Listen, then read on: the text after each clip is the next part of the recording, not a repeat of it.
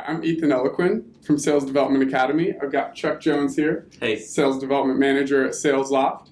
He's here to share his story about how he got started in sales development and how he became the Sales Development Manager, and also what he looks for in a sales development rep candidate when he's hiring. So let's dive in. Awesome. First question. All right, tell us a little bit about your story, how you went from graduation to becoming an SDR and becoming the Sales Development Manager at SalesLoft. Yeah, absolutely. So upon graduation, I was a public relations major at Valdosta State. Didn't necessarily want to do public relations coming out of school. I was always geared towards finding some sort of sales job, something in the technology space. Obviously knew that it was only going to get more and more important to find a solid job. Obviously, technology is always booming. Kind of happened into sales development. I was approached by a guy named JJ Imbo, found my LinkedIn profile, knew that was something that was super important to keep up to date, reached out to me looking for a business development analyst, aka sales development representative, and kind of just went from there. So it was something that kind of hit me in the face, but super glad that it did. So I got my first opportunity in sales development in the SaaS space, if you will. Kind of dove right in, obviously tried to learn as much as I could. First job out of school, was just really hungry. And so, with that opportunity, I ended up finding my way at SalesLoft. I was a SalesLoft customer, so one thing led to another where I was given a chance to join the sales development team here. Kind of in similar fashion, just wanted to be able to prove myself, continue to work towards becoming the best sales professional that I could.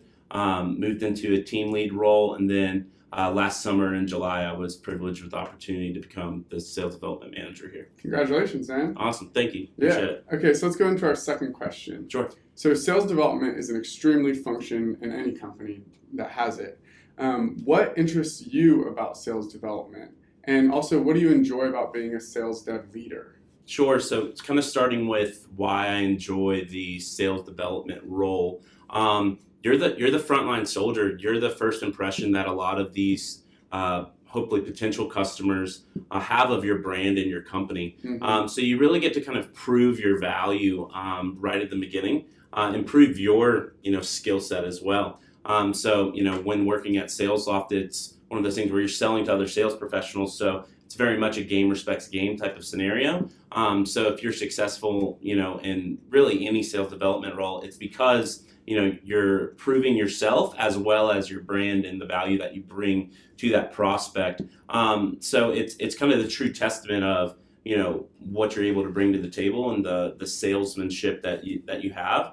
And so kind of going into the leadership capacity of that, I love the coaching element of being a sales development leader. Kind of creating that aha moment for whether it's a new guy starting out and he kind of understands what you're there to do, and perfecting his skill set, and then helping him have the prospect hit that aha moment, as in, wow, this is something that I could use. This is a pain I didn't necessarily realize that I had, whatever it may be. I like kind of transferring that enjoyment that you get of getting a yes or getting a meeting or whatever it may be that you're supposed to be doing as the sales development rep, whatever you're setting up. I like kind of that transference of the skills as well as the satisfaction of the win. That's awesome, man. Yeah, I like that explanation. Awesome, thank you. So third question, when you're hiring for an SDR, what are some of the characteristics you look for in a great candidate?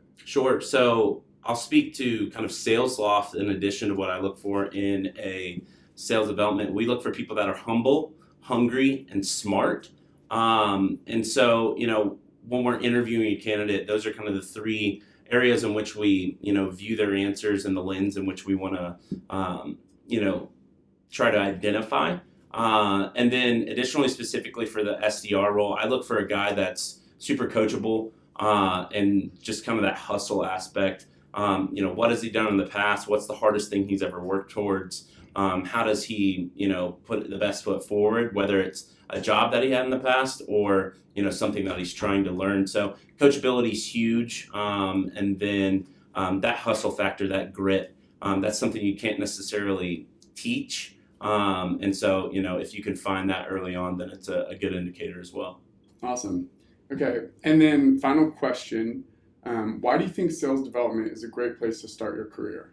Yeah, so sales development, obviously it's in the sales capacity. So if you have any sort of interest in becoming a sales professional, particularly kind of in the technology space, then there's not a better spot to start than sales development, because you have to know the product and you have to be able to express it in such a concise way. So it really is kind of the battleground of defining yourself as that sales professional. And then you, like I said, you have to kind of be that brand ambassador. So it does give you an opportunity to interact with the marketing department or a product department. So it does open some gateways into some other opportunities. You get some wide experience. Yeah. Yeah. Cool. Yeah.